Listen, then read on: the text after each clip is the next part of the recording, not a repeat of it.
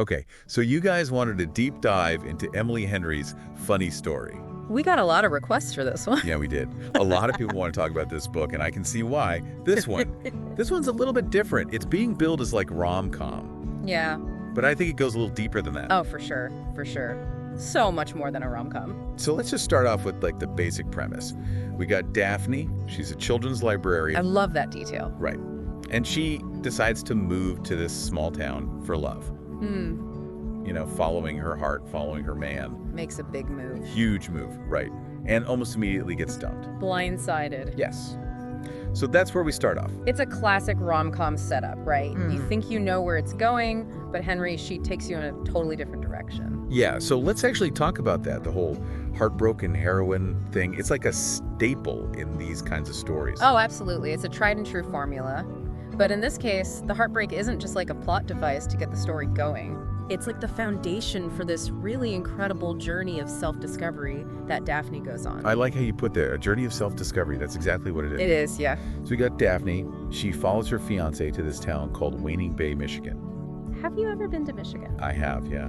Up north, not this specific town, but I can picture it. Oh, totally. You know, small town, probably charming, like cute little shops and like a lake. Oh, yeah. Quaint, like picturesque. Exactly. And so Daphne moves there, and I'm picturing her like unpacking boxes. Oh, yeah, totally. Making it their home, right? Yes, excited for their life together, and then bam, he dumps her. Yeah. For like the other woman. For his childhood sweetheart. Like, who does that? Right. So brutal. So brutal. And like you said, she's a children's librarian, so you get this sense that she's like this really sweet person, you know, maybe a little bit sheltered. Yeah. And to have this happen, it's just like, oh my gosh, what is she gonna do? So where does she go from there? Enter Miles, Ah, yes, Miles. the ex-boyfriend of the other woman. The other man. And he's like the polar opposite of Daphne. He's this like brooding musician. Yeah. Yeah, he's got that like tortured artist vibe going on. Right, and she's all like organized and loves books, and he's probably got like band posters on his wall. Totally different worlds. But what's interesting is that they both got dumped. Yes. They're united by this shared experience of heartbreak and betrayal. And that's where the whole fake dating thing comes in, right? Ah, yes, the classic fake dating trope. But Henry does something really special with it. So tell me about it. Well, it starts off as revenge. You know, they want to make their exes jealous, prove that they've moved on. Classic. No. But it quickly evolves into something so much more. It forces them to be vulnerable with each other. Because they have to pretend to be this perfect couple. Exactly. And in doing so, they start to confront their own insecurities, like, who am I? What do I really want? It's all happening under the guise of this fake relationship. So they're like acting out their ideal selves. Yeah. And in the process, they discover who they really are. It's brilliant. Now let's talk about the setting. Waning Bay. Waning Day. It's almost like a character itself, right? Right, like I can picture those like small town summer vibes, you know, picnics by the lake, maybe a quirky local festival. Totally. And I think that plays a huge part in Daphne's healing process. It's like this idyllic backdrop. Yeah. For her to kind of rediscover herself. You know, she came from this like big city life. Right. And now she's in this peaceful, charming environment. So it's like the town is mirroring her own emotional journey. Exactly. I think Henry did that really intentionally. Because, you know, we're all about finding those deeper meanings here. That's what we do, the deep dive. Exactly. So beyond the whole romance aspect, I feel like this book really makes you think about, you know, your own choices.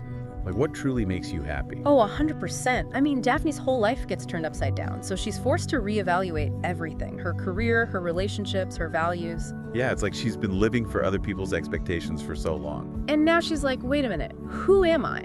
Yeah. What do I want? What do I actually want? And that's such a powerful message for like anybody. Especially, I think, for women. Yeah, I think so too. Who are often, you know, told what they should want. Yes, what they should be. How they should act. Yeah. So to see Daphne break free from that, it's inspiring. It is.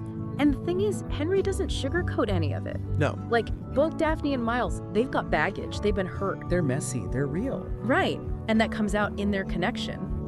But through their shared laughter. Their awkward moments. Yeah, the whole, like, messy process of it all, they find support and they grow.